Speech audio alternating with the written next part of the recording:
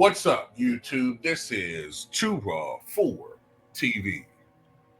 All right, so despite a very good opening day as far as the NBA, as far as ratings is concerned, the NBA, since then the ratings have seen a steady decline, and many different fans and many different pundits have their own theories as to why this is the case, right? Now we've seen ratings decline for quite some time in the NBA. I think the peak of the ratings was in the 80s and 90s. But since the Michael Jordan era, although we have had stars, the ratings have seen a bit of decline. But it's really gone off a cliff, I would say, in the past 10 years. The only players who garner any ratings are LeBron Ramon James, Steph Curry, and maybe Kevin Durant. But Shaquille O'Neal has a theory as to what the problem is. And I think a lot of people agree with Shaquille O'Neal. And this is what he had to say. I have a theory that it's down because we're looking at the same thing. Everybody's running the same plays. The damn top of the key, dribble, handoff. I was talking to a coach yesterday. He says they want to shoot 53s.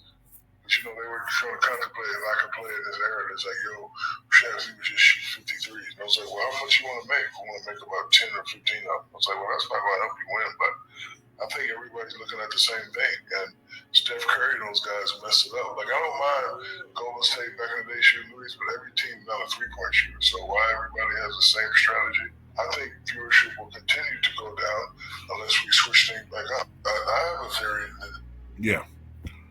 Yeah, I definitely think that's a big part of it. Like he said, there are certain guys we don't mind shooting a lot of threes because that's their game.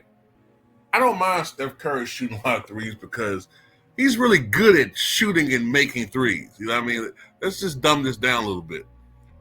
I don't mind Steph Curry shooting threes because he's the greatest three-point shooter the game has ever seen. The greatest shooter the game has ever seen. We don't mind seeing him do that. I don't mind seeing Klay Thompson shoot threes. That's his bread and butter, catch and shoot. We didn't mind Ray Allen doing it. We didn't mind Reggie Miller doing it, Glenn Rice. That was their forte. Victor Wembanyama taking 8-9 threes a game, that's a problem. We don't want to see a big 7'4" motherfucker out there hoisting threes at a 23% clip. It's bad basketball. It's just bad to watch. And like Shaq said, seeing a team attempt 53s and make just 15 of them is boring. And everybody doing the same thing is boring. When I was growing up, there were teams that had different styles. I remember in the 90s, and anybody that watched basketball can attest to this. I always get a little irritated when I see Gilbert Arenas, who should know better, and he does know better. But he put out misinformation. Oh, the 90s, all they had was that slow, grinded out, half court, every possession going to 24/7. Look, I didn't mind that. I didn't mind the defense making the offense work hard to the point where, hell, is there ever any 24-second shot clock violations anymore? I haven't seen one of those in I don't know how long. When I used to watch the Chicago Bulls go against the Knicks, or even better yet, in the late 90s, the Miami Heat, the Knicks, hell, there was probably like 15 24-second shot clock violations combined in the game. We don't even see those anymore.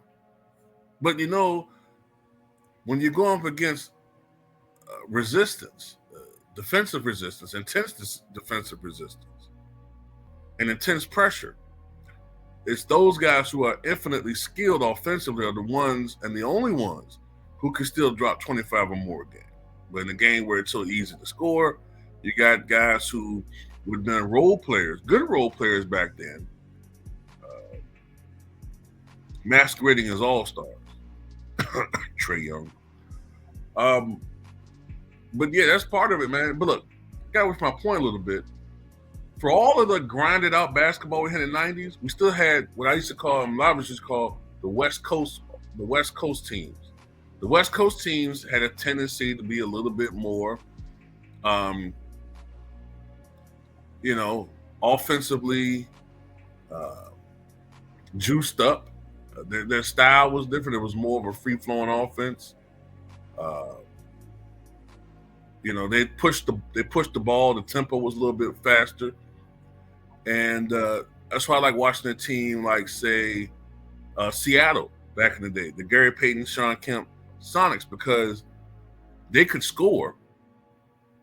And Lord knows we love seeing Gary Payton throw Sean Kemp and alley-oop for slams, But they were also a really good defensive team. And they could win a shootout game. Matter of fact, a better example than them is the Houston Rockets. They're a better example of that. The Houston Rockets, the Elijah Wan 94, 95, 93, 94, 94, 95 team. Those teams. Let's just go mid-90s Rockets. They could win both styles. They could beat a Phoenix Suns team in a 138, 134 double overtime shootout. But they could also beat a Knicks team 92 to 88. That was exciting to watch. Teams had different styles. Everybody plays the same now. And it's boring. It's boring. It's like everybody loves pizza, right? I think just about everybody loves pizza. But it'll be a bit boring if you ate the same type of pizza every single day. It starts getting boring. You know what I mean?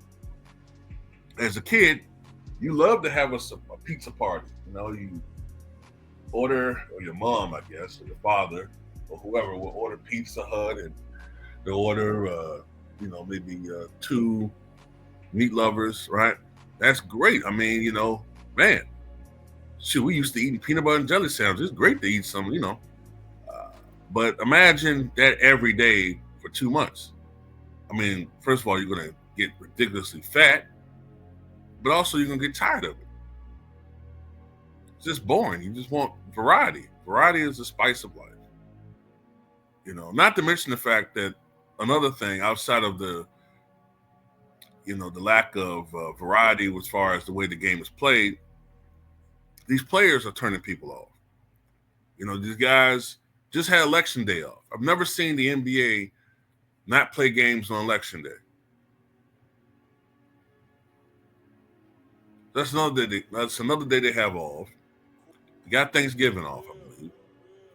Most of them, except for certain teams, have Christmas off. I think they have New Year's off. They have most holidays off.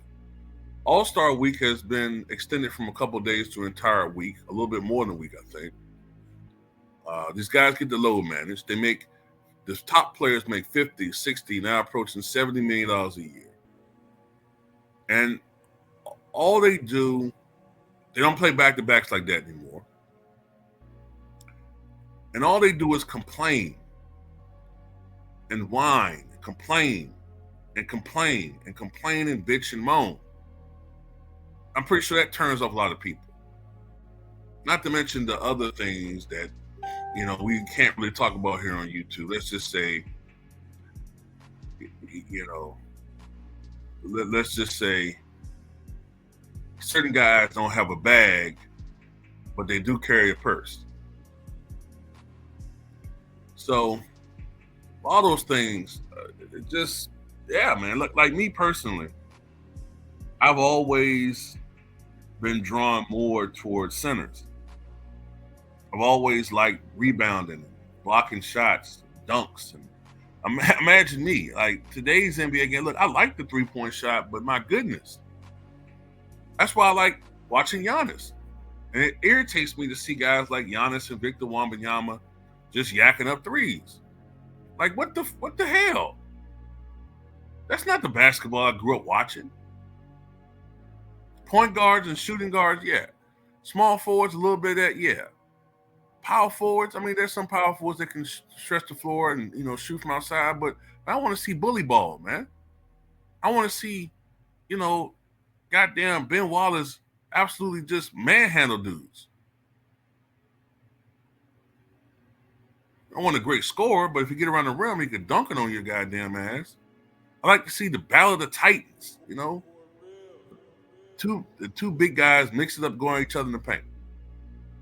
Is the Dikembe Mutombo going to win the battle, or was Shaq winning? You know? That's taken out now.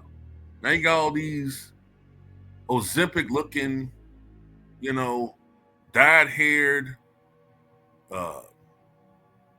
Met Gala attending dudes playing the game. It's just not appealing as much as it used to be, man. Not to mention the fact that you got one guy, pretty much almost just one guy, dominating the league, dominating the storylines, the machine dominating the storylines, just telling lies to people, creating false narratives, vindictive narratives against people that slight him in any way, shape, or form. It's just a turn off, man. But anyway, tell me what you guys think.